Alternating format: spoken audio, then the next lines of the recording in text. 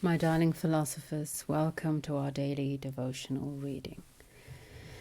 Let's jump right into it by closing our eyes, dropping your shoulders.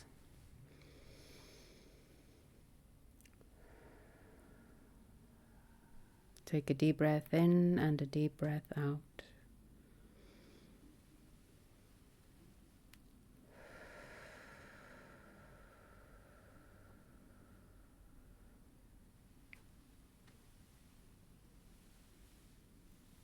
No cracking today.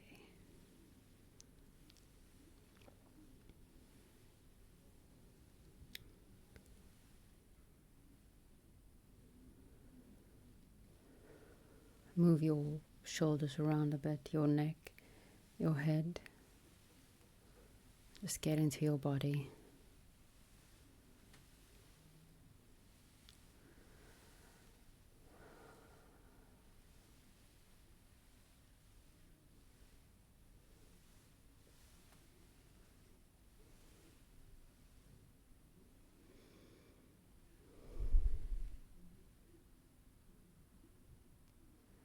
I'm here. Remember Rebecca's breathing. I'm on the inhale, here on the exhale. I'm here. Be here.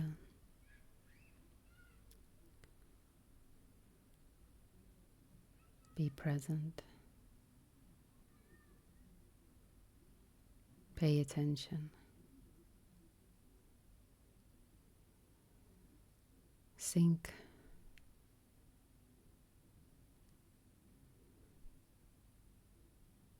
into the sensation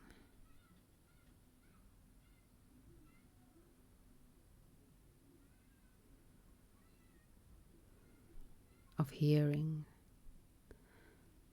the words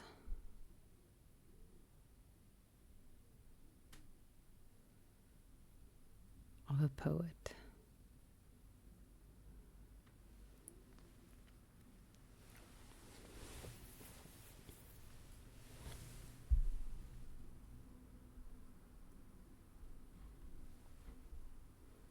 Socrates. Then I will explain myself more clearly, seeing that you and I have agreed that there is such a thing as good, and that there is such a thing as pleasure, and that pleasure is not the same as good, and that the pursuit and process of acquisition of the one, that is pleasure, is different from the pursuit and process and acquisition of the other, which is good. I wish that you would tell me whether you agree with me thus far or not. Do you agree? I do. Socrates. Then I will proceed and ask whether you also agree with me, and whether you think that I spoke the truth when I further said to Gorgias and Polus that cookery, in my opinion, is only an experience and not an art at all, and that whereas medicine is an art and attends to the nature and constitution of the patient, and has principles of action and reason in each case, cookery, in attending upon pleasure, never regards either the nature of reason or that pleasure to which she devotes herself, but goes straight to her end, nor ever considers or calculates anything, but works by experience and routine, and just preserves the recollection of what she has usually done when producing pleasure.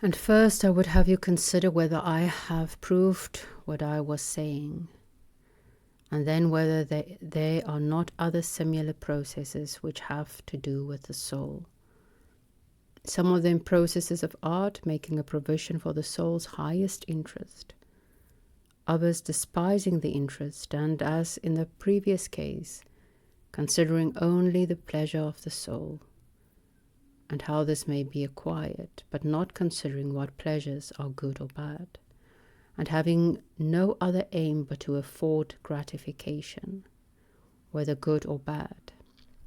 In my opinion, Callicles, there are such processes, and this is the sort of thing which I term flattery, whether concerned with the body or the soul, or whether employed with a view to pleasure and without any consideration of good and evil. And now I wish that you would tell me whether you agree with us in this notion or whether you differ.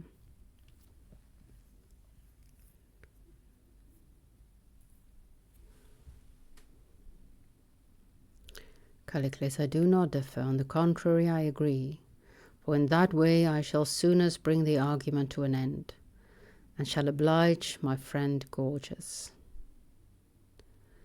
And is this notion true of one soul, or of two or more? Equally true of two or more. Then a man may delight in a whole assembly, and yet have no regard for their true interest. Yes.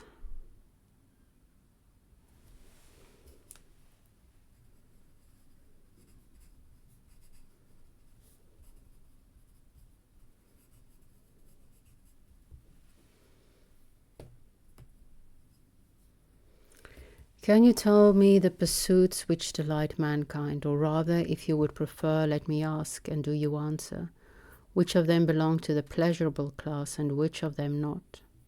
In the first place, what say you of flute playing? Does not that appear to be an art which seeks only pleasure, Callicles, and thinks of nothing else? Callicles assents. Let the what is it that you said? Let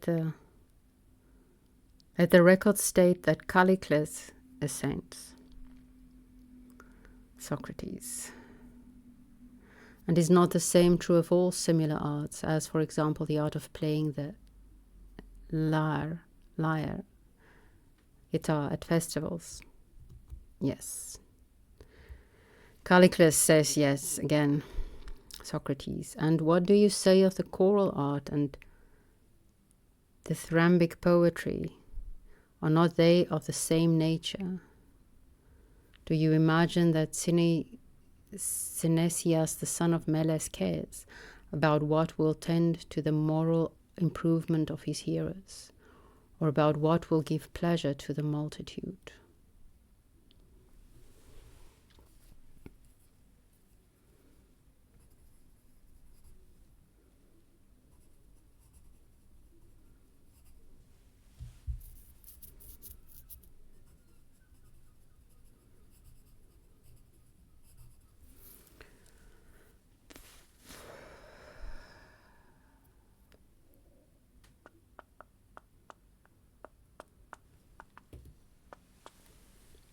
Callicles, there can be no mistake about Senia's Socrates.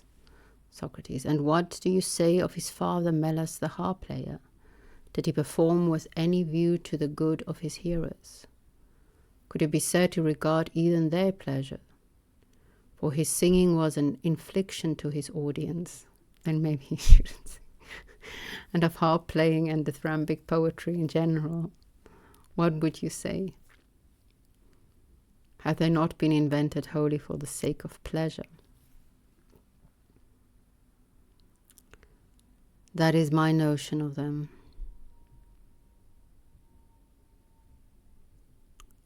Socrates.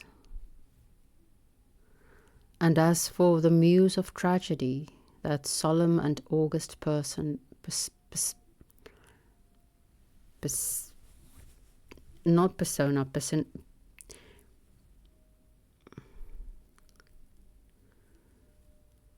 what are her aspirations? Is all her aim and desire only to give pleasure to the spectators? Or does she fight against them and refuse to speak of their pleasant vices? and willingly proclaim in word and song truths welcome and unwelcome, which in your judgment is her character. Callicles. There can be no doubt, Socrates, that tragedy has her face turned towards pleasure and the gratification of the audience.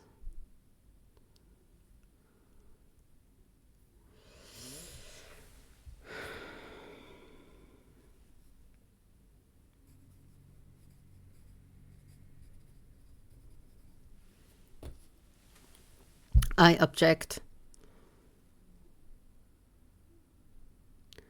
Socrates.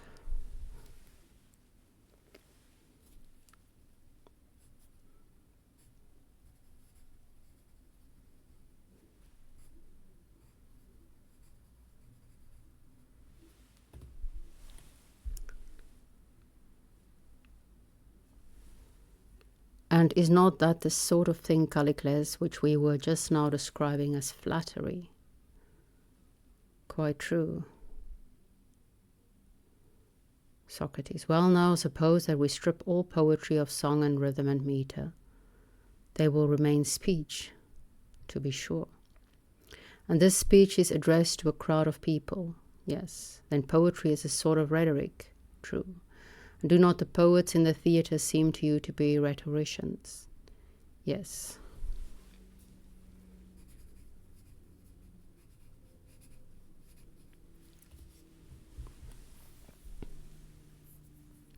Then now we have discovered a sort of rhetoric which is addressed to a crowd of men, women, and children, freemen and slaves, and this is not much to our taste, for we have described it as having the nature of flattery.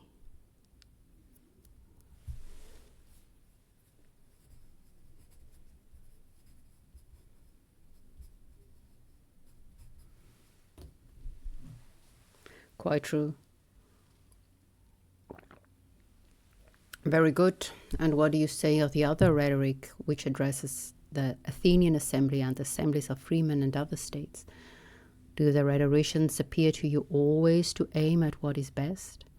And do they seek to improve the citizens by their speeches? Or are they too, like the rest of mankind, bent upon giving them pleasure, forgetting the public good in the fort of their own interest, playing with the people as with children and trying to amuse them, but never considering whether they are better or worse for this? I must distinguish. There are some who have a real care of the public in what they say, while others are such as you describe. Socrates. I am contented with the admission that rhetoric is of two sorts. One which is mere flattery and disgraceful declamation, the other which is noble and aims at the training and improvement of the souls of the citizens, and strive to say what is best, whether welcome or unwelcome to the audience.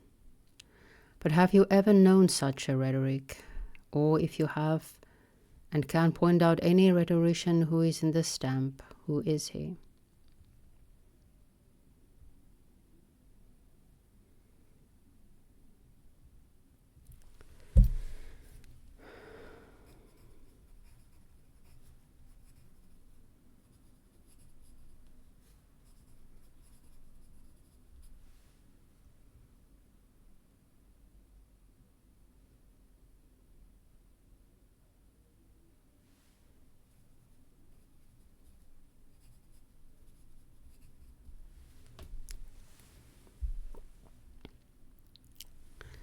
But indeed, I'm afraid that I cannot tell you of any such among the orators who are at present living. Well then, can you mention any one of a former generation who may be said to have improved the Athenians, who found them worse and made them better from the day that he began to make speeches? For indeed, I do not know of such a man. Found them worse and made them better. Callicles. What? Did you never hear that Themistocles was a good man, and Cimon and Miltiades and Pericles, who is just lately dead, and whom you hurt yourself? Socrates. Yes, Callicles, they were good men, If, as you said at first, true virtue consists only in the satisfaction of our own desires and those of others. But if not, and if, as we were afterwards compelled to acknowledge, the satisfaction of some desires make us better, and of others worse, and we ought to gratify the one and not the other, and there is an art in distinguishing them. Can you tell me of any of these statesmen who did distinguish them? No, indeed, I cannot.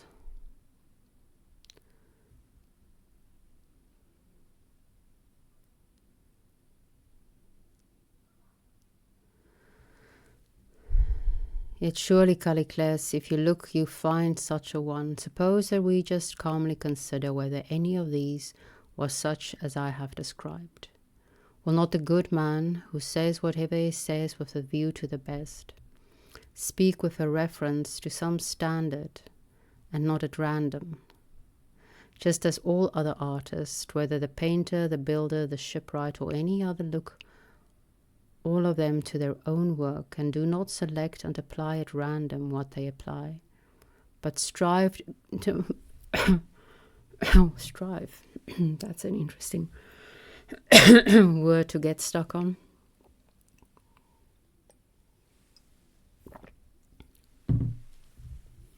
Strive to give a definite form to it. The artist disposes all things in order and compels the one part to harmonize and accord with the other parts until he has constructed a regular and systematic whole. And this is true of all artists, and in the same way the trainers and physicians, of whom we spoke before, give order and regularity to the body. Do you deny this? No, I am ready to admit it. Then the house in which order and regularity prevail is good, that in which there is disorder, evil. Callicles says yes. And the same is true of a ship. Yes. And the same may be said of the human body. Yes. And what would you say of the soul? Will the good soul be that in which disorder is prevalent? Only from chaos can a star be born. Or that in which there is harmony and order? Callicles, the latter follows from our previous admissions.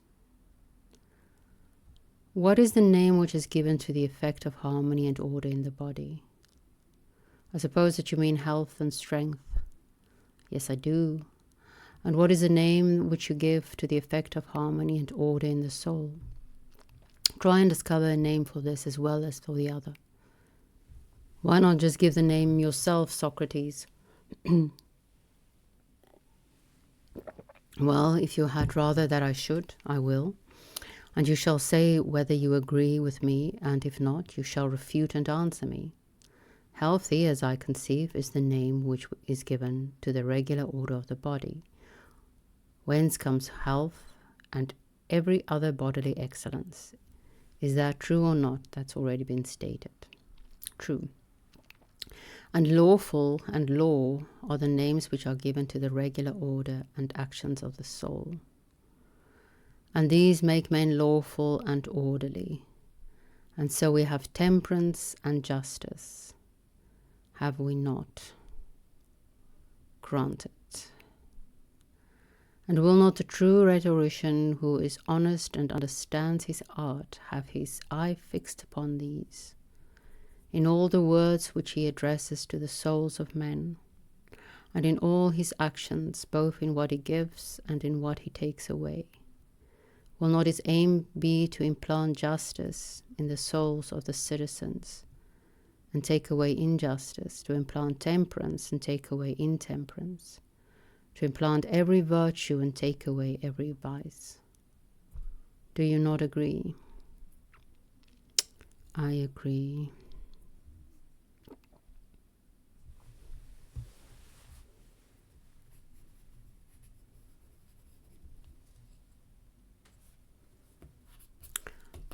thus far our scripture of the day.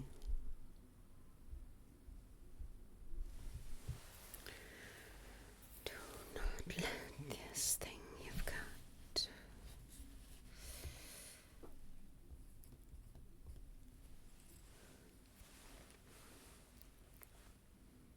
What is art?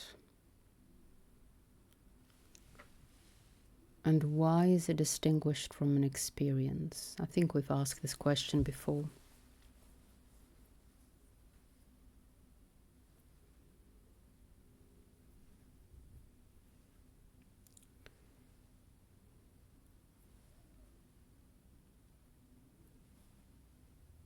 So I'm just going to speak. I'm probably going to be all over the place again today. Bear with me.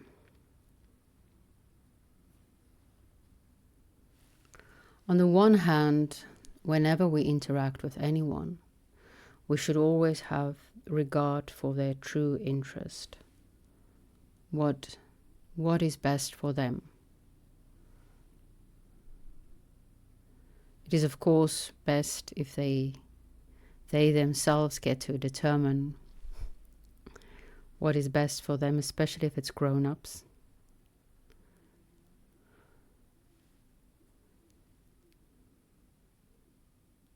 What is their true interest?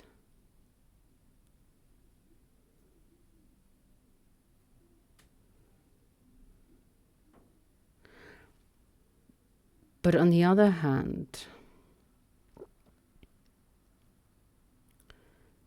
there is even in this a sort of flattery, which Plato, the poet, because he is a poet, he did write tragedies before he met Socrates, and comedies I think he tried as well, or wanted to. So his beef with the poets is very interesting indeed.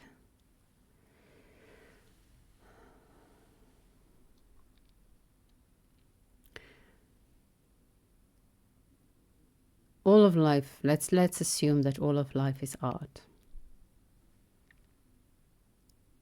We are the characters we develop. Our greatest work of art, potentially.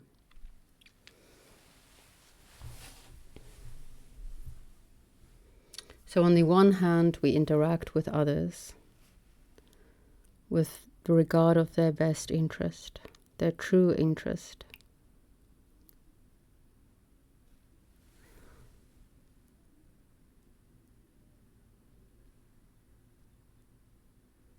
On the other hand, and maybe that's a new notion that came along with the whole individual culture.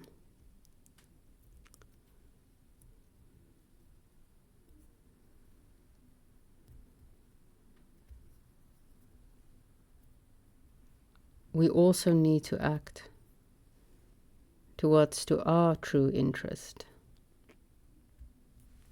So it's these two, and of course there's a third. Wait for it. I think you know it already. There's the best interest of those you interact with, those who experiences your art, whatever your art may be. Then there's the best interest of you yourself, which is just as valid a character as everyone else.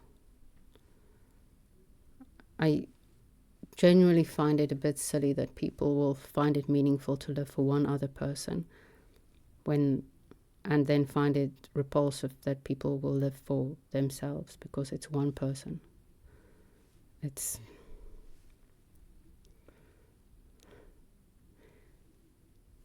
Yeah, I find it a bit baffling. I mean, of course there's deep layers there, but I'm not going to get into that. So the other, you, and of course the third, the art itself. And it feels to me like that, the third, the art itself, and having the interest, the true interest of the art itself in view. That is what it means to be working towards the good. For Plato here, for Socrates, it's the moral improvement of others, and that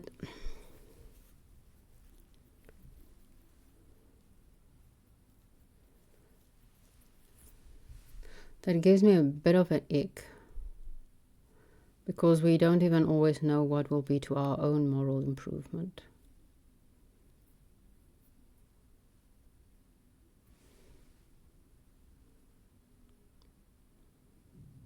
But if we have this third and we focus on the third,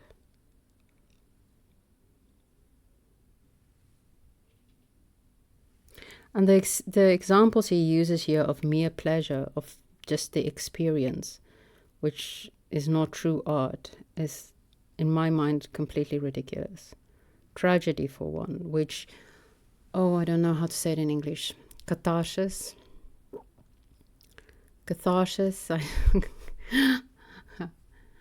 That cleansing of the soul by watching these tragedies that people experienced.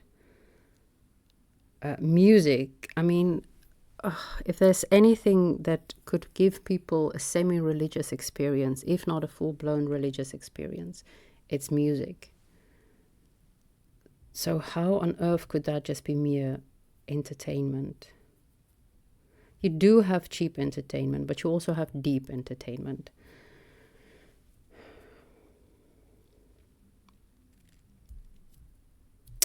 And I think, like these things, tragedy music, that's as close to the sacred as many of us will ever come. And so I respectfully disagree with Plato once again.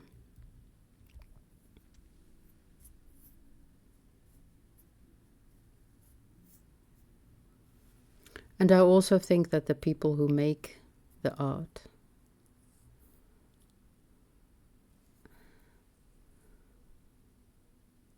you have to give people the benefit of the doubt sometimes.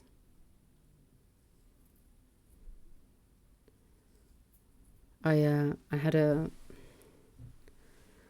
different day today.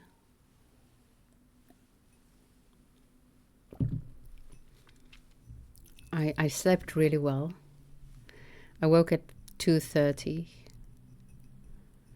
and I was like, I just want to sleep a little bit more, and I couldn't fall asleep. Well, I don't know how long I tried, not very long, 5 minutes maybe. Well, yeah, because then I had this urge to look on my phone at the time, but I was like, if I look at my phone, then light, blah, blah, blah. But I was like, okay, just look at your phone. Just for the time. My phone is off at night. I put my phone off at night. And that's how I know it was 2:30. And then I fell asleep immediately again. And until 8, which is lovely for me. So I slept about 12 hours. And then I decided to just not do anything that I usually do. Well, that's not true. I mean, I didn't do my ritual reading. I didn't do any devotional reading. I didn't look at the symbol book. I did yesterday because the book was half open at a certain spot, so I just wanted to open it completely, and it looked as if there was something stuck in it, but there wasn't. But so I opened it to the page where it looked like there was a bulk, and it was mouth, the symbol. I didn't read it. I don't want to. What's the word?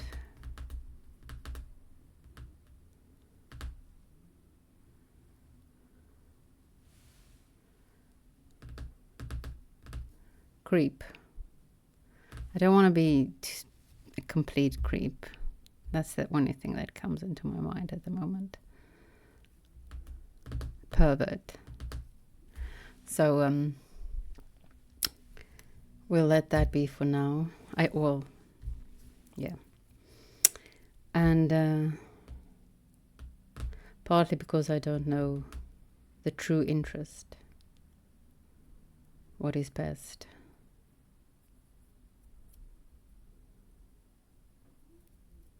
What is desired. Oh yes, I was talking about my day. And then I read Dostoevsky in bed for a long time. And then I just watched Alex on his interview, which is like a freaking 2-hour thing. I already watched the tour. And that guy came to mind. I honestly believe I think during the tour he says that he just wants to make a show. He's in the showbiz, and that's his main concern with most things, like putting on a good show.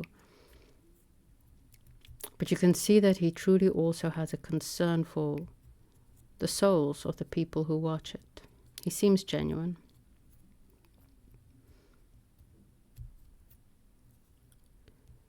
And you have to sometimes just give people the benefit of the doubt that people do the best they can.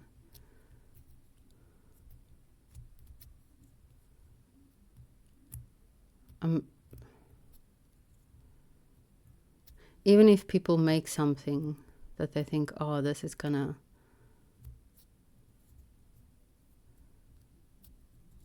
bring out the evil in everyone, it is because they think that is good, that bringing out the evil in everyone is a good. I think inherently our perception of what is good might be completely twisted and contorted. But I do think most of us are directed to the good.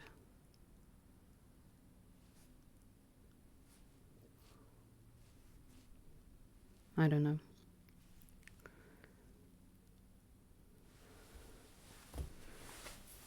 I did draw again today. I don't have Emma with me. Still lying on my bed.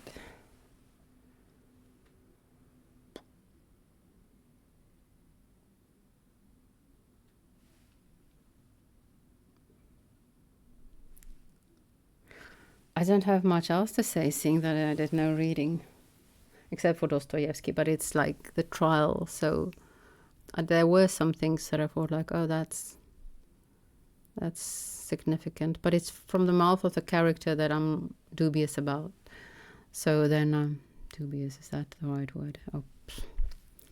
So I'm hesitant to quote it.